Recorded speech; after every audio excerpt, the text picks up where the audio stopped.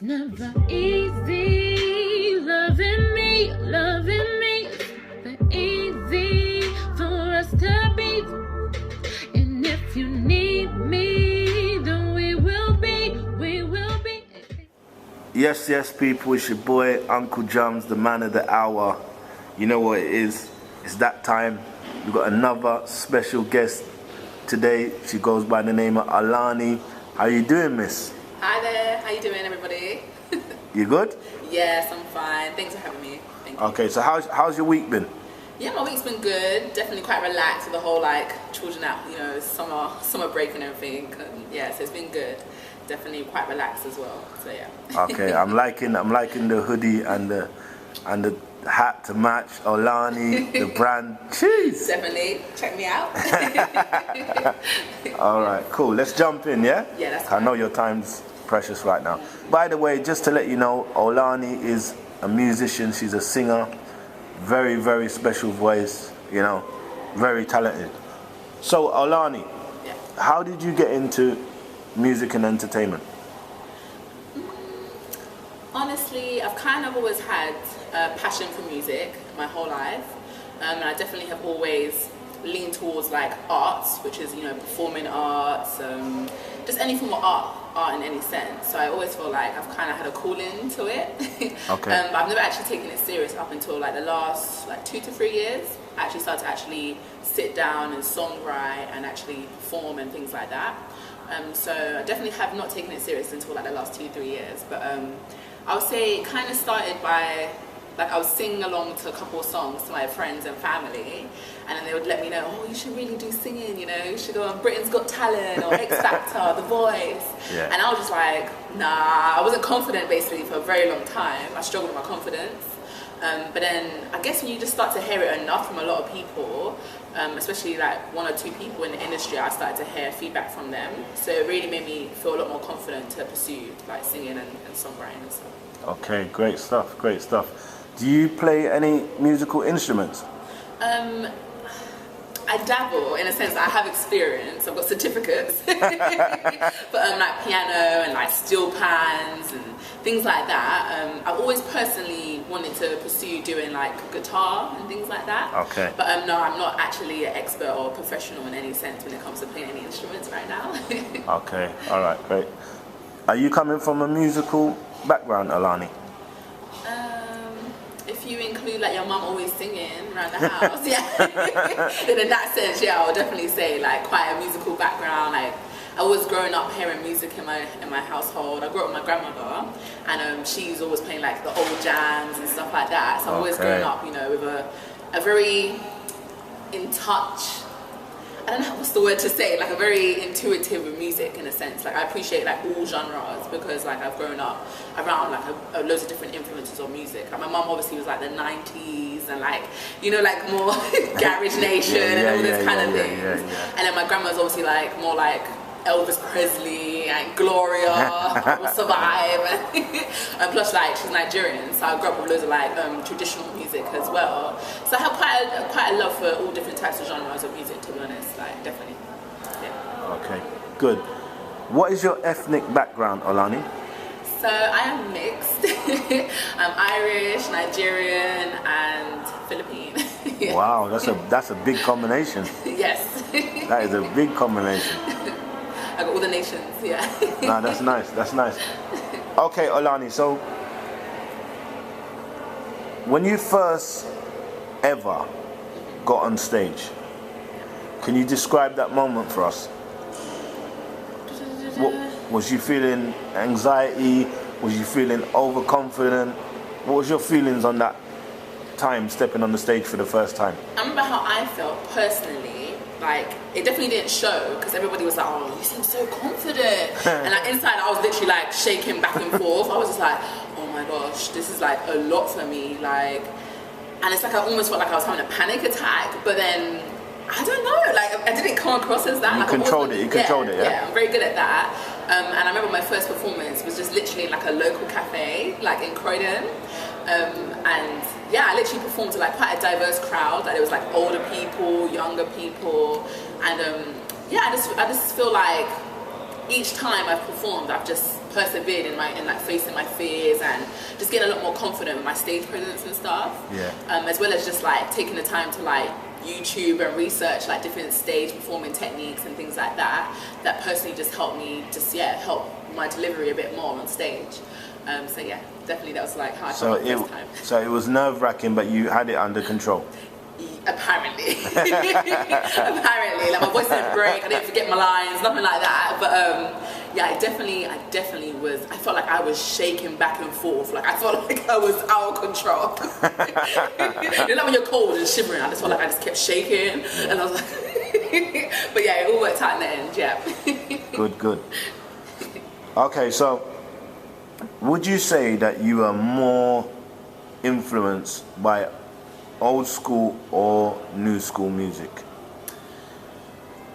Almost 100% old school, I would say, to be honest. Like I'm one of those people, like I hear about all the local, like the modern tracks and trending tracks from my mum. Like my mum is like way more hip than myself. Yeah. Hence the word hip. But yeah, I definitely I love a lot of older genres of music, definitely, because I feel like it's more soulful, a little more almost like storytelling, a bit more depth to it, do you know what I mean? Yeah. Whereas with like newer music, I feel like it's rare you find a couple of new tracks that really have that soulful feel to it. Yeah, true. Or has a great storytelling ability to it, do you know what I mean? So for me personally, I tend to have warmed towards more older genres of music, yeah. Good. Okay, have you ever had anything go wrong in a performance? And if it did, how did you handle it? Yep, I remember that day. I actually literally just came back like a flashback. You know when basically someone doesn't tune the I don't know what you call the thing, like the subwoofer or the equalizer. And you get that yeah, I was like, oh no. I just thought, carry on singing. But it was quite embarrassing because I felt, you know, like I feel like I won't have those challenges if I was like behind a great team, you know, like Rihanna doesn't have those problems, like Ariana Grande does not have those problems. Yeah. Because they do sound checks and things like that. But obviously with open mics, you don't have that preparation there. Like you're just thrown on a mic and someone could have been rapping on it beforehand. And sometimes, you know, people where you go to perform they're not that savvy with the tech, you know. And I definitely experienced that problem and it was a lot, but I just kind of moved myself back from the mic and just thought, right, maybe it's that, and yeah. But it was quite embarrassing. But I learned you meant to always carry on. The show never ends, basically. Like, you're always meant to stop, always meant to carry on. Never. Definitely. Do you ever get nervous before you go onto a gig? And if you do, how do you keep yourself calm? Breathing. A lot of breathing and just really practicing, like so if I know I've got like something coming up like in a couple of weeks, like literally the 1 week beforehand, like every day I would just be performing in front of the mirror, like heavily, just keep singing until I feel like so comfortable. I'm like, yeah, nothing can faze me now, until usually the night before. Then I'm like, oh my gosh, I'm performing tomorrow. This is a lot for me. Like, like literally, like only like hours before, like the day before, I start getting like a big nerve rush. And usually, what I do, I just like tell myself everything's fine, and it's like kind of like mantras, like saying like mantras to yourself, like oh, I've got this, it's all fine. And if it doesn't go well, wing it. They don't know your song. Don't worry. So I kind of just like act delusional, I guess, to try and get through it. Yeah. Yeah, because I've heard I take a lot of tips from like professional singers and stuff, and they always say, you know, most of the time people don't even know the words to your song, and once they do, you can just start putting the mic to the audience and just go, yeah. So I kind of just take it, and also I tend to watch a lot of the artists that for inspiration, a lot of like popular artists for inspiration. And I did watch a Beyonce documentary one time, and she did mention, you know, that till today she still gets nervous, till today she still gets butterflies, and hearing that really comforted me. It makes me feel like, you know what, you're meant to face your fears then. You're not meant to basically ever lose that feeling. And I feel like once you accept that, it kind of helps you get through it a bit better. True. Yeah. Very true. Definitely. What is one of your biggest fears in life? Biggest fears? Mm-hmm. Wow, that's a big question. Biggest fears? That's So one of my biggest fears is probably not reaching my goals. Never tried. Like, that's probably one of my biggest fears. Like, knowing that I wanted to do these things, but I never even tried to do those things. And obviously died. So, but then you're really dead. I don't know if you can think when you're dead once you're dead. So what?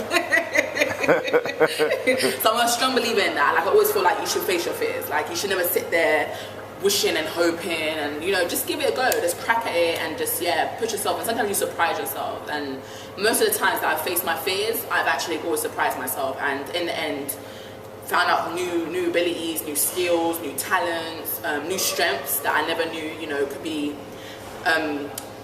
achieved through facing your weak points, in a sense. So that's why, to me, I've always been one of those people where I say, oh, so what if you're scared? Like, so what? What's the worst that's gonna happen? You know. I like your attitude, like your aura, and that. It's like looking at you now and talking to you now. It's like you've got the kind of aura and attitude that anything you put your mind to, you could do that. Do you know what I'm saying? And that's really good to see that. Oh, thank you. Much appreciated. All right, excellent. All right, so which artists do you most admire, dead or alive? Ooh, dead or alive. I really admire, is it Shirley? Not Shirley Bassett. Is it Shirley Bassett? I should get her name right. Is it the old time singer? Her like Duchess or something like Diamond. She sings "Diamonds Are Forever." I think that. Yeah, I know you took her. I think that.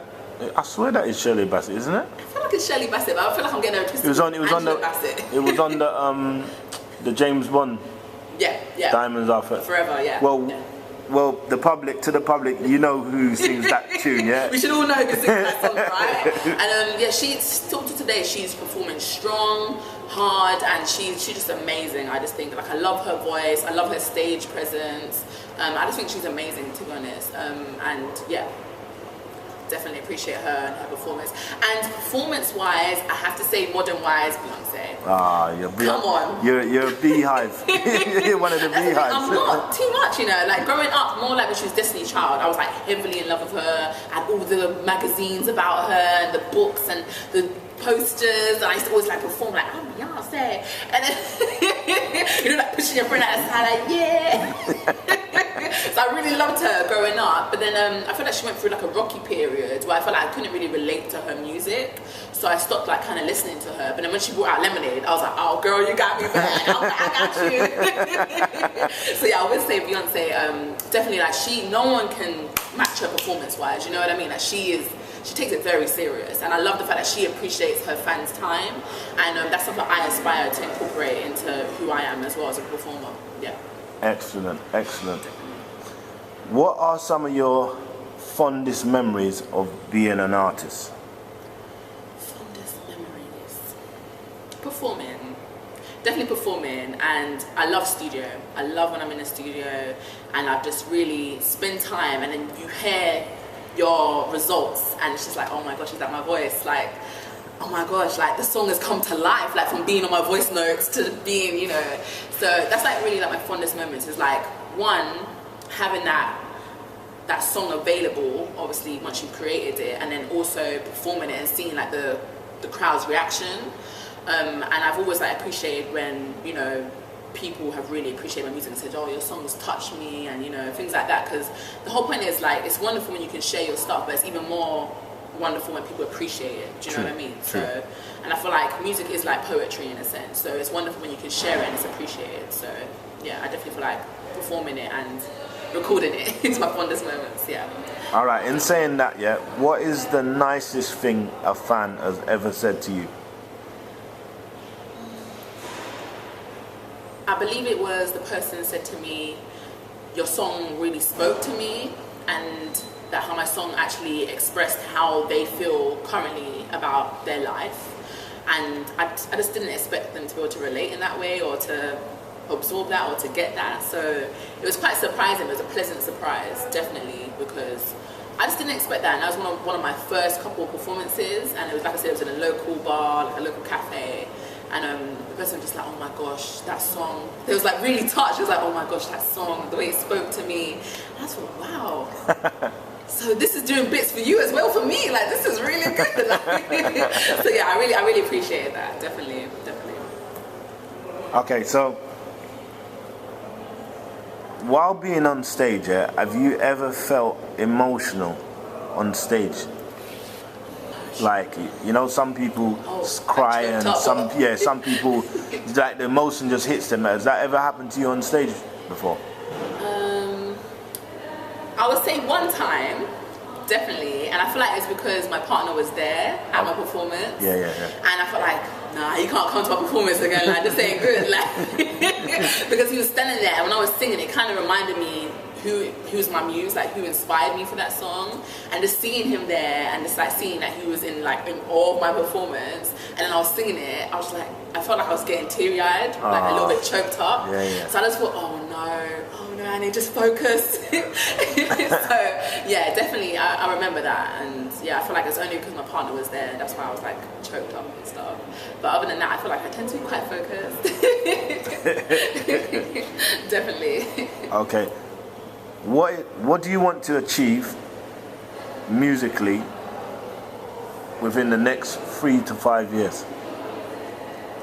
I definitely would like my EP to be out there in a great audio quality for people to download, because I feel like it would just be amazing to share. I've got so many songs, so I feel like it would be just amazing to finally share these songs, and so I can listen to them myself, because I like my music, so I want to just have it in good quality. I can just put it in my ears, on the phone, on the bus, just be jamming to my stuff, because right now I jam to my voice notes. And they're not good quality, so I feel like that'd be a great achievement to have it in great audio quality and downloadable, as well as just having a lot more performances, so having gigs, having a professional manager. I definitely am aiming for more performances. Performances is what I'm aspiring to, because I just love performing, to be honest, I really do. So yeah, that's definitely what I'm aspiring to. Good. So Olannie. Yes. What is a typical music day for you? You're gonna write a song. You're gonna write a song today. Yeah. What is the typical? How does the day start for you? Okay. It's gonna many ways before something. Okay. Typical. Yeah. Typically, I tend to have been doing some house chores or something. Okay. Just washing dishes, and a song will come to my head. I'm like, oh yeah. So I always tend to come up with. I feel like I've got a lot of rhythm in me naturally. So I'm not somebody who puts on audio, instrumental, and then a song will come to me. I'm more somebody who has to find instrumentals to match already the rhythm that's in my head. Yeah.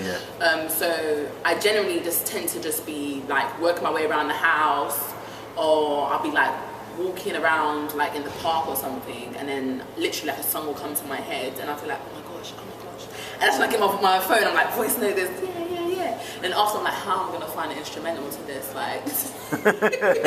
me I feel like sometimes it's challenging doing it that way, but I generally just have quite a lot of rhythm in me, so I feel like a lot of the time music just comes into my head words of just how I may be feeling, and then I'll sing it out to a rhythm that I'm feeling.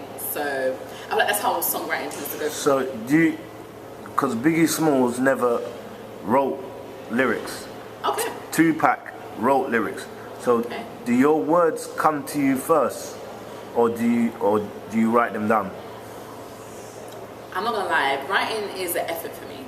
In a sense, I have to say, right, I like this song so much that I keep singing over and over again that I need to give it the respect it needs and write it down. Because I feel like once you write it down, sometimes you change even words. Because you feel oh no, it doesn't really come together as I thought it would come together. Yeah.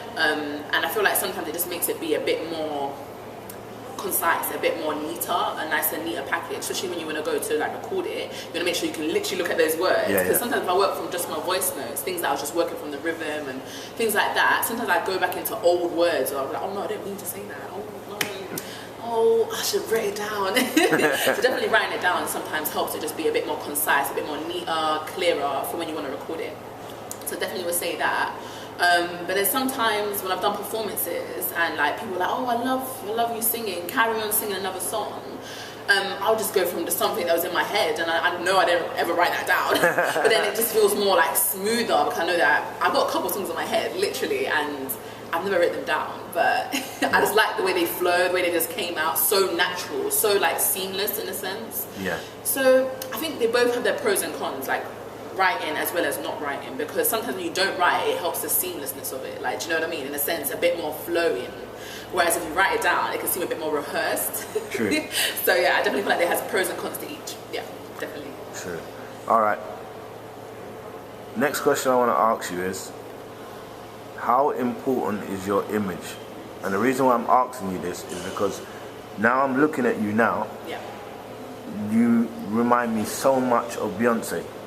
Oh, yeah. Interesting. And Interesting. Yeah. Sorry. Yeah. That's okay. Is it right if I ask how you mean so? Like, in which kind of regard? Like, image, like yeah, you know, fashion, yeah, or how I'm perceived? Yeah, both. Because Okay. you know, some artists don't care about how they look. Yes. Some artists, they care about how they look more than how they sound. Okay. So for you, Yeah, that's true. Okay, for me, it's a bit of a mixture of both. Like, I feel like in a general day, like today, I haven't like put any makeup on and all that, like wahala. I haven't done none of that, but I feel like still I should look presentable in a sense. I shouldn't look rough and rugged, anything like that. So I'm not going for like, you know, a hippie look, like I'm not doing that. But at the same time, when I'm like performing, I feel like I should look more glammed. Do you know what I mean? Like when I'm performing, I feel like I should look like Shirley Bassey. Like I should have like the fur and the makeup, my jewelry, my bling. Like so sometimes it just helps you feel like that A grade. Do you know what I mean? Like when you're performing. But then generally, if I was like going to a radio show and, you know, like, I wouldn't be one of those people that you, like, if the paparazzi was catching me, you wouldn't see me always looking like 100% perfect. Yeah. But I'd see me in some slacks, like, yo, like 1-2 hands, just, you know, chilled, because I don't care that much. Like, I'm not really materialistic in any sense, to be honest. Yeah.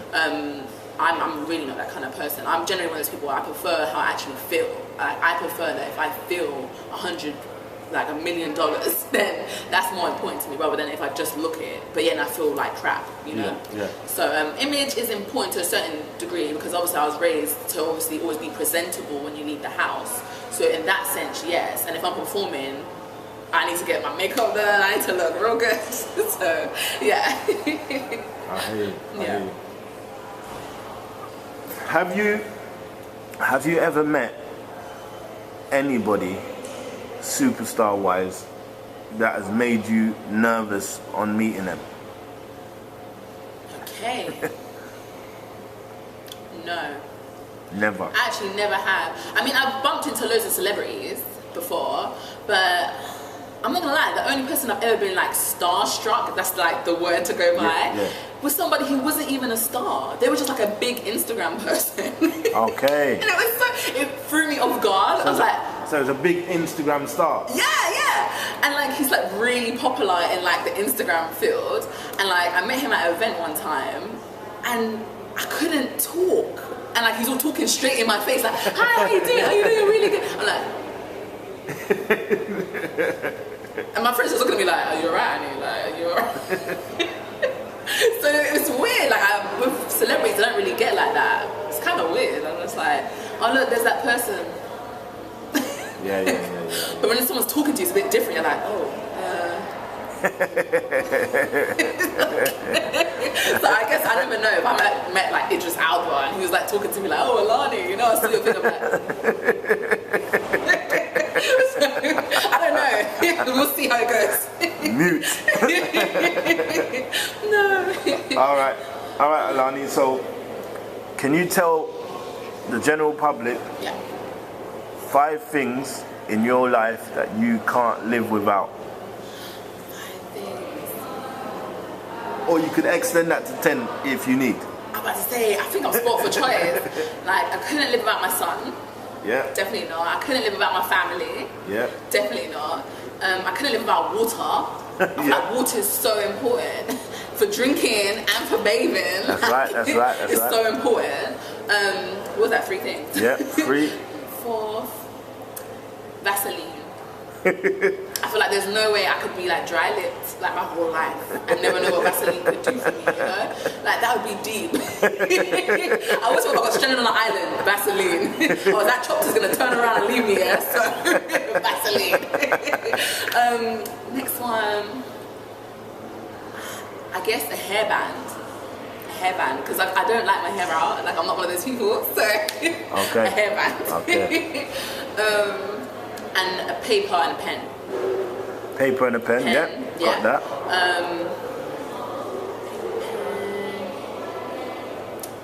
How deep is this going? Maybe shoes? Like I couldn't think about shoes.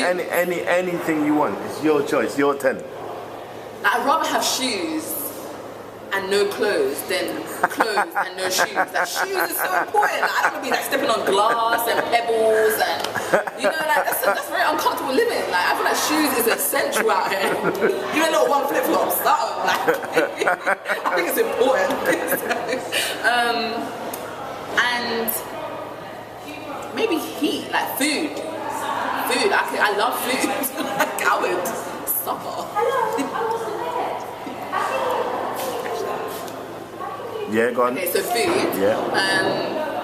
How many's left? Like You got 3 more left. 3 more left. So food, water. I guess like the essentials in life, you know, like shelter.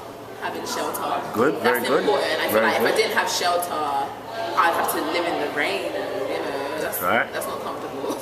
That's right. You got 2 more left.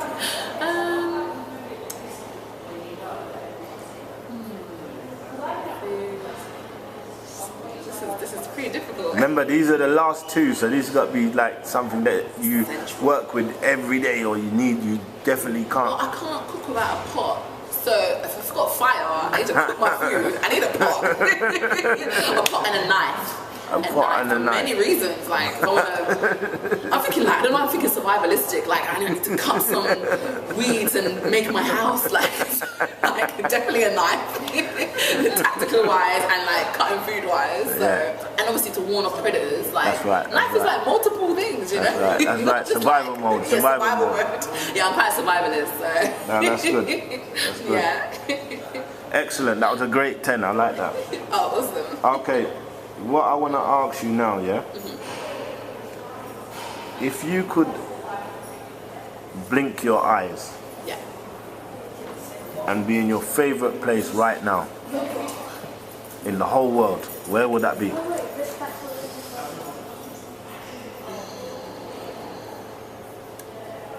Africa. Which part of Africa? Where it's like flourishing.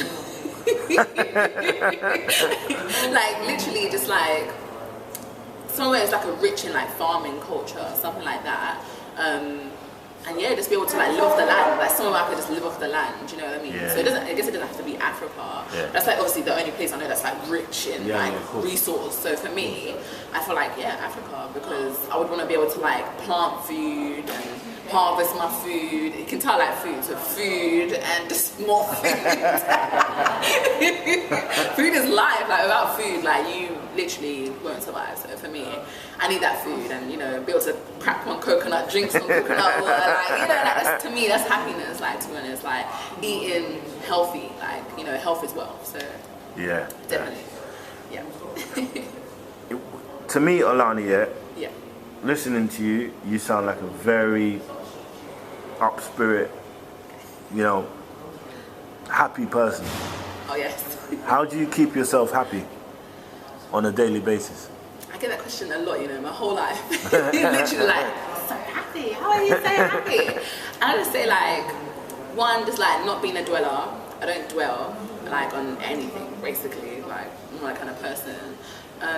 As well as the fact that I always strive to just do whatever makes me happy in life, like whatever it may be. So, you know, if like going for a walk makes me happy, or you know, if cooking a good food like is gonna make me happy, if I'm talking to somebody, you know, it's gonna make me happy. Like anything that helps my development, my learning, or helps somebody else develop and learn, that makes me happy. And like also taking time to assess what makes me happy as well in life is definitely what makes me happy as well. So I think it's something you gotta be conscious about. Like you can't just sit back and just be like, oh, I just want to be happy in life. but you have put no thought into it, like how are you going to achieve this happiness in your life, you know. And I definitely am going to aspire to have a YouTube channel one day.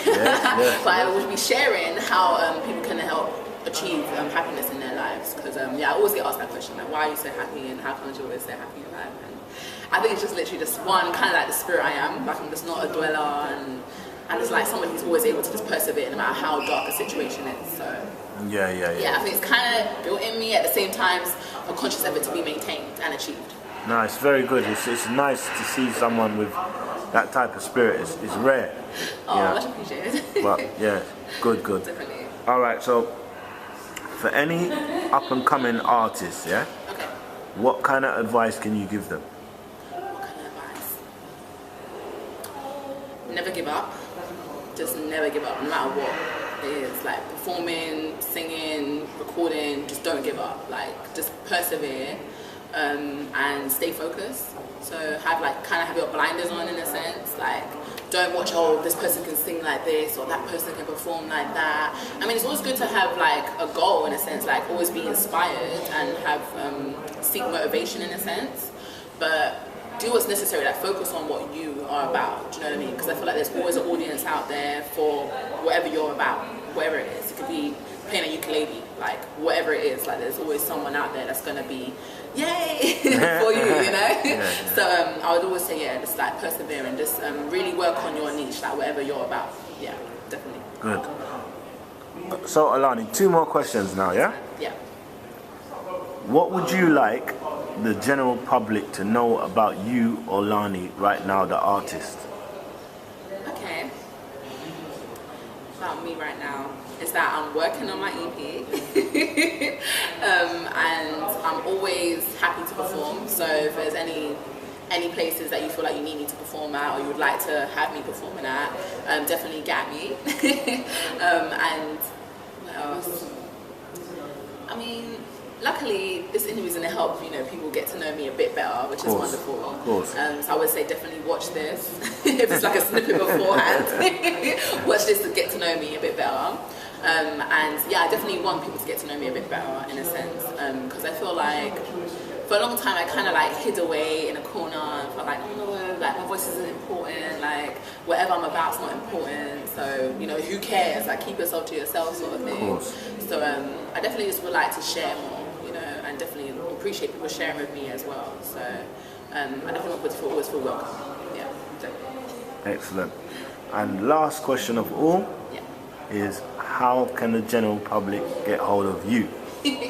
Yes, perfect question. So definitely on social media, you can reach me at Olannie Music, which is OLANNIE_music. Read the top, read the hat. So Olannie_music. That's on Instagram and on Twitter. So you can contact me via that. And my number, I should not be putting my number on here. So make sure you give them an answer machine service, because you might get a few stalkers right now, because you do look like Beyonce right now. Oh no. I mean, she could look it, but I just never heard I look like Beyonce. I feel like I kind of look different, I'd like to think. No. Do you know what it is, yeah? Do you know what it is? Yes. I wouldn't say you exactly look like her. Okay. But you've got a lot of similarities to her. Okay. And your look is very similar to her. Okay. So you have got your own look. Yes. But you have got a lot of similarities to her, which is a good thing. Imagine if I wear my curly hair, you'd have been like that. So I definitely understand that as well, and it's a good comparison anyway. So that's fine. You can definitely reach me on social media though. Do not hesitate. Definitely like and definitely follow, and definitely look out for my YouTube channel, which will be coming soon, which will be Olannie Talk, and that's up and coming. That's up in the progress. So look forward. Stay tuned. Excellent. I just want to say, Olannie, in closing, thank you for your time. You know, I loved the way you were speaking today. Very positive, and I can see you going very, very far into the future and doing well. Oh, thank you. Yeah, and you just got to stay focused. Yeah. And you know that you always have your Uncle Drummer here.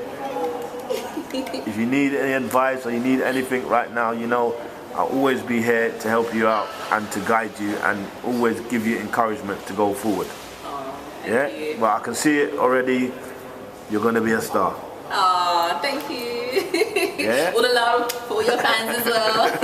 And definitely all the love for Uncle Drummer as well. Big up, big up. Check him out, stay tuned all the time. Because yeah, I appreciate having this opportunity today as well and being able to share my story. And yeah, for you lot to get to know me a bit better. So thank you very much for having me today, Uncle Drummer. Thank you. No problem. Thank you. Take care. Bye. Hush, baby, don't say a word. I'm gonna let you know. I wanna let you know. From the first time that I saw you, I knew exactly what I wanna do. I'll start a lost into you, baby. I love the way you drive me crazy. In a good way, 'cause you know you make my day, babe. Why don't you play it when you need me? Can play me through your speakers, can play me through your phone, can play me when you want to, can play it all day long. Oh, play me when you need me. Why don't you play it when you need me? I was talking everything you like. I was hoping we could build a vibe. The way it is, the way it was. The way we held, the way we touched. The way I feel about your love. Oh, you know you're my favorite drug. Making time is quite enough. And I don't need another love. I'm yearning for your touch.